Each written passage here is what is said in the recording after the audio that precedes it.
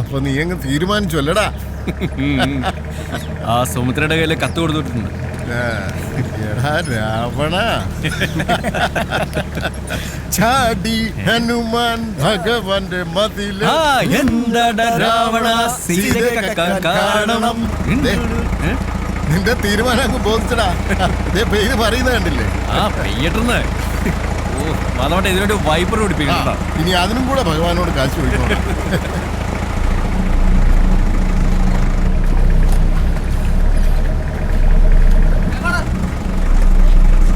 ഒരാള് ഓട്ടോ ഒക്കെ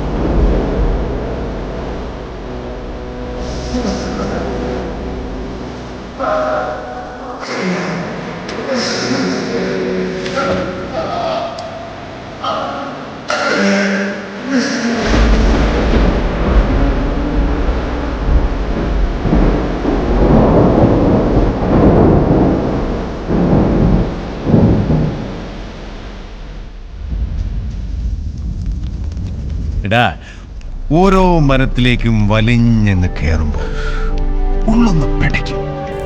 പക്ഷെ അങ്ങ് മുകളിലെത്തിയാൽ ആവേശത്തോടെ അങ്ങ് കൂവിത്തീർക്കും.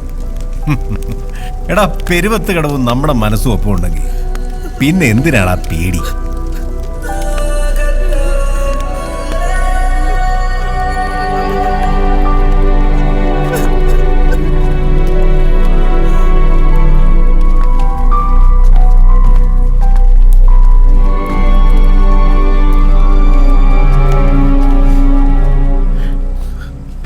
അവന് പറ്റാത്ത ഉയരവും അവൻ കീഴടക്കി.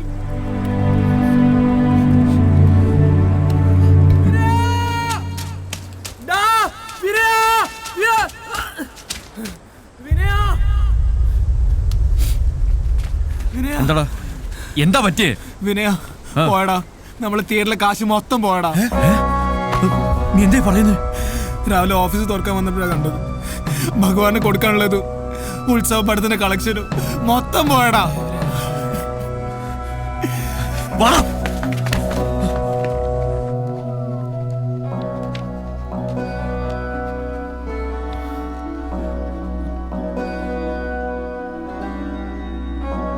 ഇതറിയാവുന്ന ആരോ ആണ്.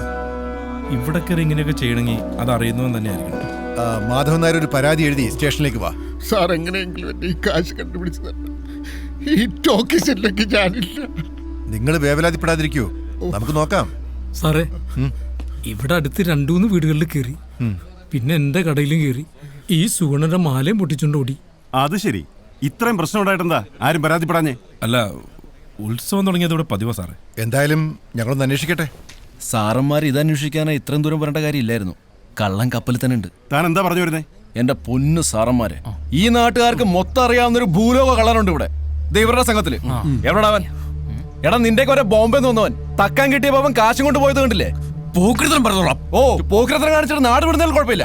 ആദ്യം ഗഗനെ പൊക്ക്, എന്നിട്ട് അവനോട് ചോദിക്കും, അപ്പ അറിയാം. വെറുതെ നിന്ന് കാലഴിപ്പിക്കാതെ വാടാ, മൊത്തം കള്ളന്മാരെ. സ്റ്റേഷനിലേക്ക് വന്നാൽ മതി, ഞങ്ങൾ അവിടെ കാണും. സുഗുണ, വാ.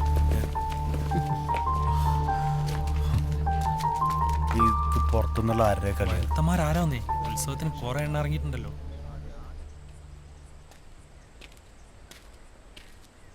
ഇനിയാ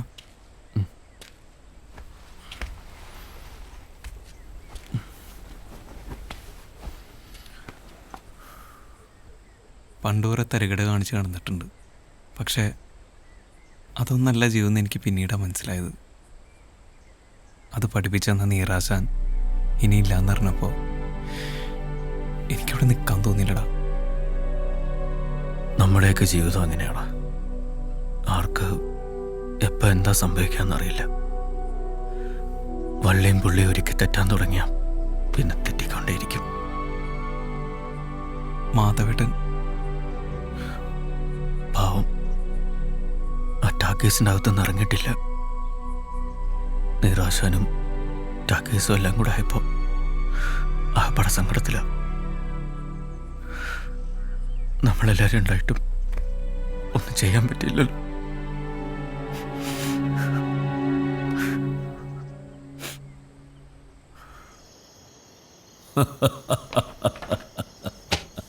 ശ്രീദേവി അളിയൻ്റെ ഒരു കാഞ്ഞ ബുദ്ധിയേ. ഞാൻ പറഞ്ഞല്ലോ ഗോവാച്ച, ആ സ്ഥലം കുറച്ച് കഴിയുമ്പോൾ നമ്മുടെ കൈ വന്ന് ചേരുന്നു. ശരിയാളിയാ, ഇനി എത്ര അവധി കൊടുത്താലും മാധവൻ ആ കണക്ക് തന്നു തീർക്കും തോന്നണില്ല. താനെന്തായാലും പണിക്കുള്ള ആളെ കൂട്ടിക്കോ. നാളെ സൂര്യൻ ഉദിച്ച് പെരുവത്ത് കടവിൻ്റെ മുകളിലെത്തുമ്പോൾ ആ ടാക്കീസ് ഉണ്ടാവരുത്.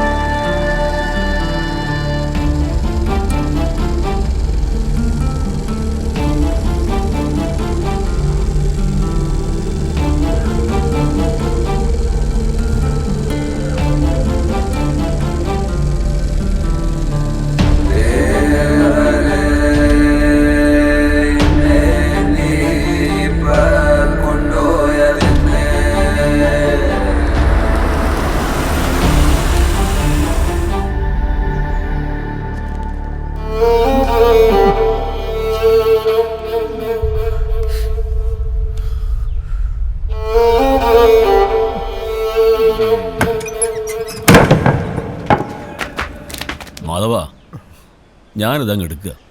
ഇതിന്റെ ഉള്ളില് ഒരുത്തനും കാലുകുത്തില്ല. നേരെ നീക്കണ. ഒറ്റ ഒരുത്തൻ ടാക്കീസിനകത്ത് കയറിപ്പോരുന്നു. താൻ വിചാരിക്കുന്ന പോലെ ഇവിടെ ഒരു ചുക്കും നടക്കത്തില്ല. അത് ഏത് മേനോനാണെങ്കിലും ഭഗവാനാണെങ്കിലും തനിക്ക് തരാനുള്ള കാശ് ഞങ്ങൾ തന്നു തീർക്കും. എടാ ചള്ളു ചെറുക്ക, നീ എന്തോ വളർത്തി തരുന്നാ പറയുന്നേ? പറയാൻ പേരിനൊരു പണി പോലുമില്ല. പോയി അതുണ്ടാക്കാദ്യം, എന്നിട്ട് രോഷമാകും നാവ്. മാധവ, മുക്കാ ചക്രത്തിന്റെ കണക്കല്ല ഇത്. മേനോൻ സാറേ, ഓർമ്മ വെച്ച കാലത്ത് എൻ്റെ അച്ഛൻ തുടങ്ങിയതായി തിയേറ്റർ. ഇത് എൻ്റെ കയ്യിലോട്ട് കിട്ടുമ്പോൾ തന്നെ ഒരുപാട് ബാധ്യതകൾ ഉണ്ടായിരുന്നു. അതുകൊണ്ട് തന്നെ സാറിൻ്റെ കയ്യിൽ നിന്ന് ഒരുപാട് കടം വാങ്ങിച്ചിട്ടുണ്ട്. ഈ സ്ഥലമോ എന്ത് വേണമെങ്കിലും സാർ എഴുതിയെടുത്തു. ഇത് നടത്തിക്കൊണ്ടു പോകാനുള്ള അനുവാദമെങ്കിലും എനിക്ക് തരണം. എടോ മാധവ, തന്റെ ചരിത്രം അറിയാനല്ല ഞാൻ വന്നത്. പെരുവത്ത് കടവുകാരെ മുഴുവൻ സിനിമ കാണിച്ച് പുണ്യാളനാവാൻ ഞാൻ ഉദ്ദേശിച്ചിട്ടുമില്ല. പിന്നെ ഇതിനകത്തൊന്ന് എന്തുണ്ടാക്കാനാ തന്റെ വിചാരം? ആ ഫിലിം കറക്കുന്ന കുന്ത്രാണ്ടത്ത് നിന്ന് ഉണ്ടാക്കാന്ന് വെച്ചാ 960 ഉണ്ടാക്കിയ ഒരു തുരുമ്പ്. മാധവ, വെറുതെ കേസും വെക്കാനൊന്നും വേണ്ട. അതാ നമുക്ക് രണ്ടുപേർക്കും നല്ലത്. ഇതേ താൻ ഒപ്പിട്ട് തന്ന മുദ്ര കടലാസ, ഇതിൽ ഞാനിത് അങ്ങ് എഴുതി ചേർത്തു. വിനയ, അവരെടുത്തോട്ടെ. നോക്കി നിൽക്കാണ്ട് ചെന്ന് പൊളിക്കണം.